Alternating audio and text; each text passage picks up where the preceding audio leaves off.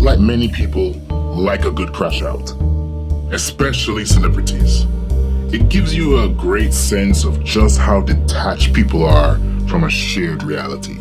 And Nicki Minaj, as of late, has been like taxes.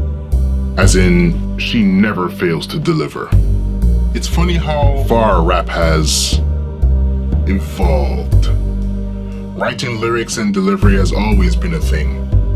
However, in today's climate, rappers are more likely to put more effort into writing a post on X than actually sitting down with a pen and a pad. And when someone like Nicki Minaj, who by all appearances should be carrying herself like a pop star, goes on these tirades, constantly playing victim while crashing out on stars and civilians alike, weaponizing her rabid audience of Barbz, one has to come to a very stark realization. Nicki Minaj's antics is a desperate cling to relevancy that her catalog of music can no longer fulfill. So, disclaimer. Nicki is a bombshell. Much of it is her aesthetic, well, kind of. More on that.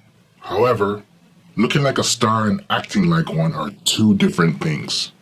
The young Nicki we knew and loved, the one that came into the game with bars and confidence, slowly got stripped away.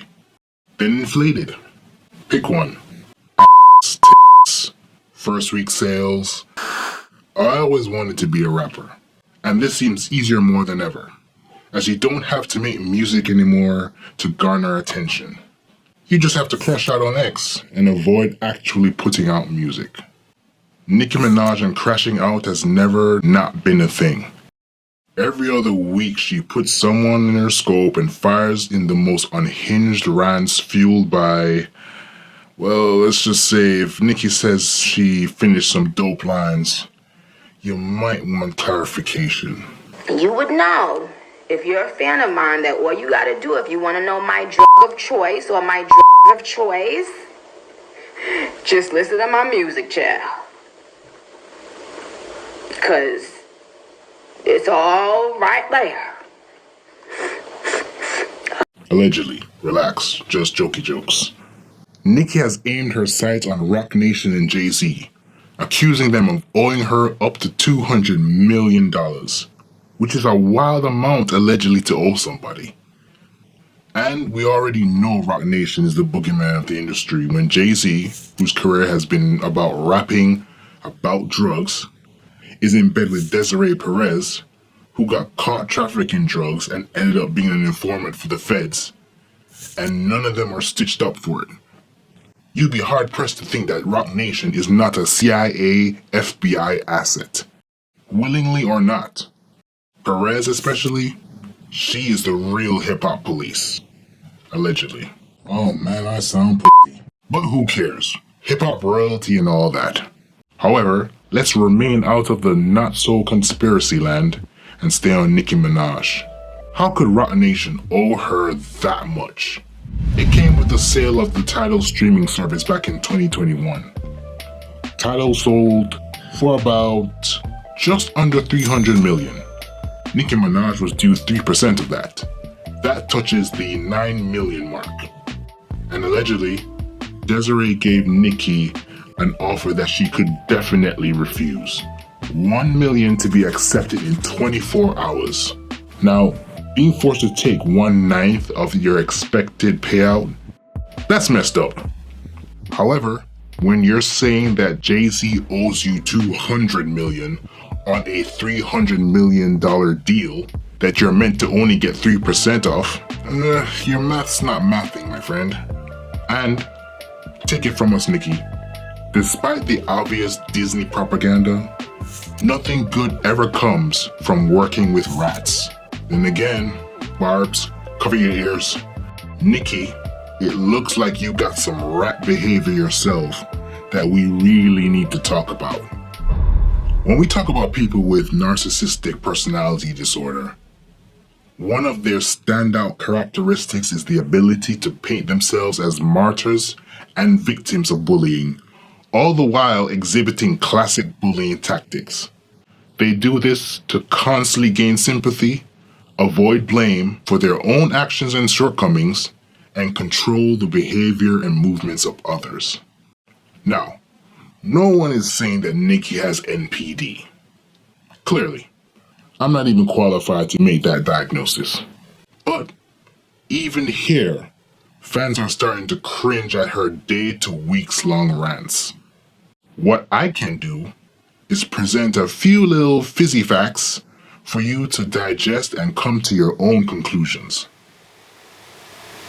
Nicki is not a stranger to feuds, much of which, quite frankly, is her being allowed to be egged on the slightest of provocations. Her latest dive off the deep end was with the Top Dog Entertainment's exec punch, which, coming on the tail end of the Drake and Kendrick beef, there seems to be a palpable divide between the house Cash Money and, well, those that stand for lyricism and integrity. Another video for another time. The feud I do want to focus on, though, is between the princesses of House Cash Money and the House of TDE, and that is Nicki versus SZA. Now, understand, these two women have more in common than they don't. Both exhibit a high level of skill that has garnered them love the world over, and, thanks to the pressures of the male gaze, have altered their bodies and went average to dumb thick overnight. Hey, just observations, don't judge me. However, I have never seen women's solidarity thwart industry hate. And Nicki, being the so-called crowned top female rapper of her generation, always seems to be steeped in beef. So, how did the Nicki Minaj and SZA social media dispute start? Let's go back to about mid-July 2025, when Nicki Minaj took offense to a tweet made by TDE's Punch. Now, Punch was promoting an artist's new single, I Am Lyric's Broken Barbies. There's a lyric talking about making Barbies have sex because the Ken doll was expensive. No comment on that, just thought it was funny. Now follow me here. Nicki is known for her incessant reference to the Barbie doll aesthetic and moniker. So of course, every reference to Barbies is clearly about her.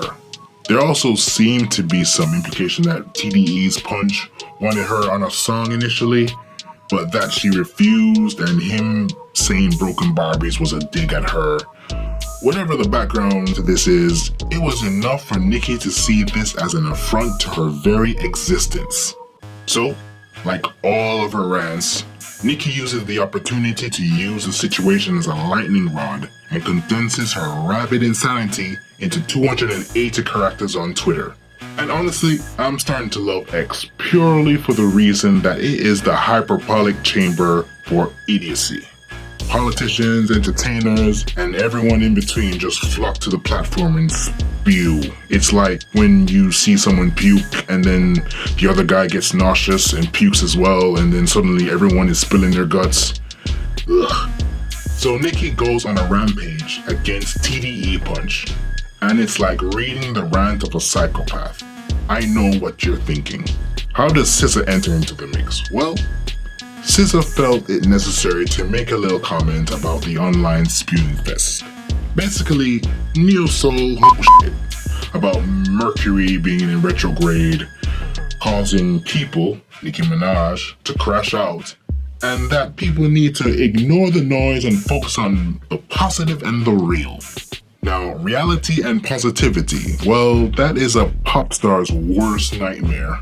And Minaj turns the bully dial from 8 to unhinged in seconds, breaks the knob, and goes full clanker. First order of business, Nicki debunks SZA's Mercury retrograde schedule. Oh, the dates don't align. Jesus Christ. Good job. And things quickly escalated from there, emasculating TDE's Punch, back and forth insults on SZA's looks with her fake freckles, because nothing's fake on Nicki. Then it devolved into who sold more records, past interactions trying to sun each other, and who was desperate for another person's feature, all very tit for tat. So we see how one innocent, non-Nicki Minaj comment can send her spiraling into a back and forth. It was, however, with one comment from TDE's digital creator Macwop that would escalate things beyond logic. Macwop comments on Nicki's crash out with TDE punch, and basically says that she probably wants to back off before she got the same treatment that Drake got in the Kendrick and Drake beef. Nicki, relax. Relax. So you get put in the blender like your boy did. Now, in Nicki's defense, you're not meant to have a positive feeling hearing that statement. So maybe you'd feel inclined to make a comment or a post. Talk about being a star too big to be stopped by a TDE or some other bum content creator. Maybe even feel compelled to ride for Drake, seeing both are from the lineage of Cash Money Records. But Nicki hyper-focuses, like a neurodivergent diva, on the word blender. So when the average person that heard Macwop's statement and thought, oh, you probably don't want to go up against a TDE veteran, seeing how recent events had the world's biggest star publicly embarrassed and dethroned. What Nicki heard was, you want to f***ing kill me. But does Nicki get her Cash Money shooters to deal with the case behind the scenes? Some mediator team to squash things? No, because there's nothing to squash. So Nicki does the next best thing she can think of. Go to the feds. On X. Mind you, the same FBI that wished Americans happy MLK Day when they were pivotal in the blackmailing, harassment, and the character assassination of the prominent black leader. Don't let me get in my conspiracy bag about the real assassination. Now, do I believe that Nicki believes Macwop's statement was a threat to her being unalived? Of course not. Nicki's not dumb, but I do believe she thinks her career can be put on further hiatus. And any muted disdain and aggression she has for JayZ is manifesting itself here. So what we see as unhinged is, in more depth, fair. Macwop's response, if not for anything else, is a learning moment. Nicki Minaj. I said, don't get put in the blender like your boy did. Your boy, I'm speaking of Drake. You get what I'm saying? He got washed up by my man's. Obviously, the blender, washing machine, he got washed up. And I'm saying that to you, don't get washed up. For you to insinuate, I don't even know why Nicki Minaj will think that I think she has friends in the industry. Sweetheart, you come off lonely and miserable. I don't think you have friends, sweetie. So we all been seeing what's going on. You tripping on the internet. And I'm like, not Nicki. Now I'm like, damn, why Nicki Minaj clout chasing the WAP? Like, you know what I'm saying? What you doing? You got an album? What you got going on? Fun fact, apparently it's a huge issue with a lot of people who have butt injections. Swelling, inflammation, and the smells. Something fierce. Rotting meat. Woof. However, none of Nicki's actions surprise me. After all, OVO fans cover your ears. This is the second Cash Money artist we've seen go full Karen. So what is it about Nicki that makes her stand out in these situations? Well, it's the fact she lives up to the plastic doll persona. Nicki has beef with damn near every single female artist she has been compared to in one form or another, on any variable, before you even get to rapping ability.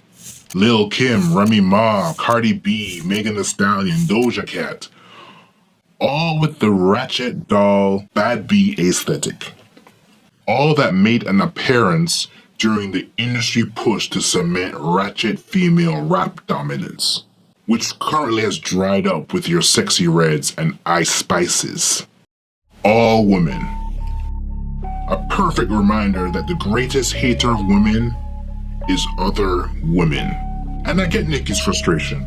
One minute they love you, the other minute someone is seemingly fashioning your replacement with Cardi B, right down to using your hairstylist. But a lot of the tension was spurred on by both these women. Denying any tension but sneak dissing each other, all through 2017, which ended up in a fisticuffs between Cardi B and Nicki at that Harper's Bazaar Icons party. The funny thing is, Nicki is a lot like Drake. Does a lot of pointing, even though she is guilty of the same tactics and characteristics that she hurls. Many have the same criticisms of Nicki, stealing from Lil Kim's playbook and showing no genuine love. The same thing Nicki accuses Cardi B of during her rise. Nicki calls Remy Ma a bad mother that abandoned her child, being too street and ending up in jail. Which is true. But Nicki is married to an entire registered offender in Kenneth Petty, who has a not so petty charge of attempted rape, which is, again, true, I guess in the sense of he said, she said case. Whose child and family are more endangered in this situation? And as for owing people money promised, well, Nicki is kind of guilty of that too. Sneaking her way out of a contract with former manager Big Fendi on her transition to Cash Money and stardom. Nicki's a groupie. I mean, Nicki started with me in 06, 07. Okay. So basically, she tried to wait till my contract expired before she signed with Young Money. So I'm like, I got with my lawyer. She's like, well, she can't really go around that because if she signed to Young Money, that's still your deal. Like, I still got that contract to this day. That's what I'm in court with. So I was like, all right, well, we'll see what happens. He waited like a year, waiting them prolong the situation for a while. I get another phone call. She signed to Young Money. I'm like, how she got rid of Dirty Money off the contract? I mean, the two eventually made up in 2020. But whoever knows with these staged optics. All this to say, Nicki needs to make her raps speak for themselves and stay away from Twitter. My thing is, even as a non-Barb, her ratchet aesthetic is shared by many female rappers. However, it is her somewhat apparent rapping and writing ability that separates her from most female rappers in today's field. But you could never glean that from her Twitter feed. And the main issue with Nicki is focus. Not enough music, writing, or albums. Too much drama, and hating other women. And that's the cusp of it. Nicki really hates other women. At some point, we all have to call a spade a spade. Even with the JayZ issues, Desiree gets the vitriol. I mean, the rat deserves it, sure. But still, when it comes to hip-hop or celebrity for that matter, Nicki does not like the comparisons to anyone with fame, stardom, and a vagina.